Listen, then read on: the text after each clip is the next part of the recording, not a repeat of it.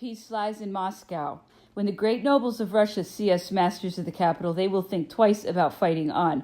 If I liberated the serfs, it would smash all those great fortunes. The battle will open the eyes of my brother Alexander, and the capture of Moscow will open the eyes of his nobles. Part 3, Moscow. The fire.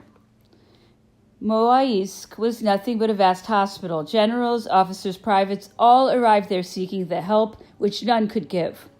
The army continued its movement until September 11th. Marshal Ney, in the command of the advance guard, was 5 leagues from Moaisk along the road to Moscow. The king of Naples a little further on. This retreat resulted in only a few prisoners. The emperor had halted to give the troops some rest and to carry out the reorganization necessary in case there should be a second battle. On the 13th, when the whole army was again on the move, the emperor halted all the columns.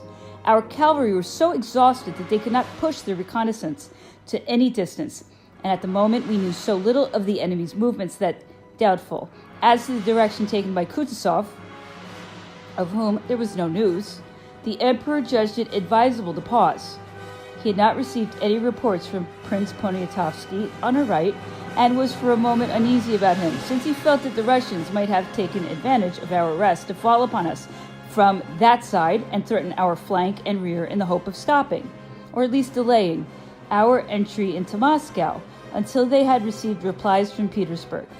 The emperor still inferred that the enemy desired to propose a settlement whilst offering battle too. Officers were sent out, one after the other, in all directions. The king of Naples was ordered to make a strong reconnaissance along the Kaluga road. At last the emperor was reassured and the army resumed its march.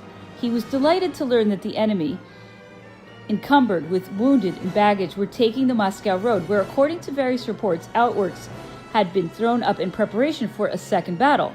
The Prince of Neuchatel told me that the emperor was amazed at the king of Naples receiving no proposal from the enemy, who, notwithstanding their reinforcement by the militia and recruits, had done nothing to put themselves in an attitude of defense. From that he inferred, that he repeated it more than once, that the Russian army had lost far more heavily at Borodino than had been supposed, and that it would be in no position to continue the campaign that year. Since the battle, the emperor had spoken to scarcely one of his entourage. He seemed to be in continual anxiety.